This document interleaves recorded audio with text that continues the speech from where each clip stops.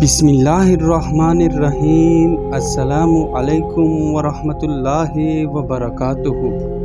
محترم دوستو، بنی اسرائیل میں دو بھائی تھے جن میں سے ایک مسلمان اور دوسرا ہندو تھا۔ دونوں دریا کے شکاری تھے، یعنی مچھلیوں کا شکار کیا کرتے تھے۔ کافر بت کو سجدہ کرتا، مگر جب مچھلیوں کے لیے دریا میں جال ڈالتا تو اس قدر مچھلی آ جاتی کہ ان کو کھینچنا مشکل ہو جاتا، مگر مسلمان کے جال میں صرف ایک مچھلی آتی اور وہ اسی پر صبر کے ساتھ خدا کا شکر ادا کرتا۔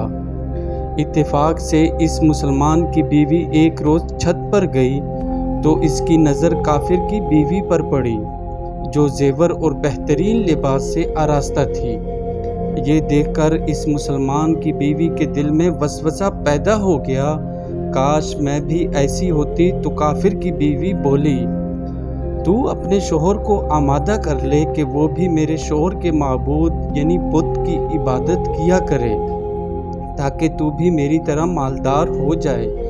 یہ سن کر مسلمان کی بیوی غم زدہ ہو کر نیچے آئی، اور جب اس کا شوہر گھر آیا تو بیوی کا حال دیکھ کر دریافت کیا کہ آخر کیا بات ہے جس سے تو اس قدر غم زدہ معلوم ہوتی ہے۔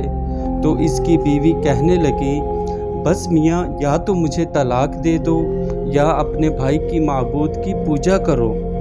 یہ سن کر اس کے شوہر نے کہا، خدا کی بندی، خدا سے نہیں ڈرتی؟ ایمان کی دولت کی بات، یہ تو کفر کی باتیں کرتی ہے۔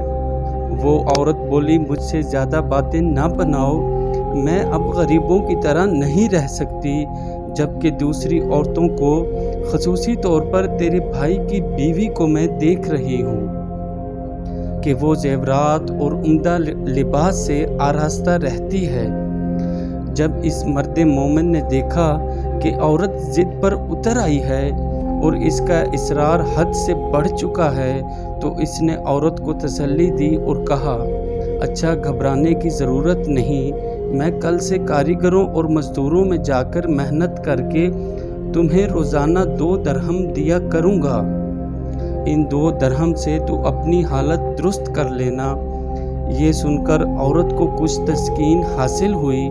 صبح سویرے وہ مرد مومن مزدوری کی تلاش میں نکلا، لیکن کسی نے اس کی بات نہ مانی۔ وہ پھرتا رہا، شہر شہر، گاؤں گاؤں کی خاک چھانتا رہا، لیکن کسی نے اس کی مدد نہیں کی۔ بالآخر مایوس ہو کر وہ دریا کے کنارے پہنچا۔